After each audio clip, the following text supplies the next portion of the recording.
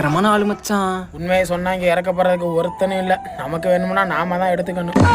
இப்ப பாரு மச்சான், நான் யாருன்னு காமிக்கிறேன். ஹேய் இங்க வா. 20 ரூபா கொடு. யாருக்கிட்ட 20 ரூபா கேக்குறேன்? தொலைச்சு போடுவோம், ஓடிரு. யாரு பெத்த புள்ளையோ. 2000 ரூபா கொடு. என்னத்தெல்லாம் நம்ம வீட்டை நமக்கே போடுறோம்.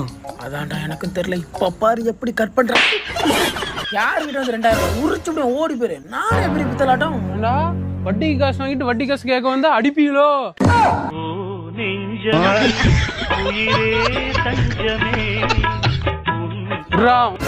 உன்னை எங்க அப்பாட்ட சொல்லிட்டு வட்டிக்கு மேல வட்டி அடிக்கு மேல அடி வெட்டி போட்டு வாங்க சொல்றேன்.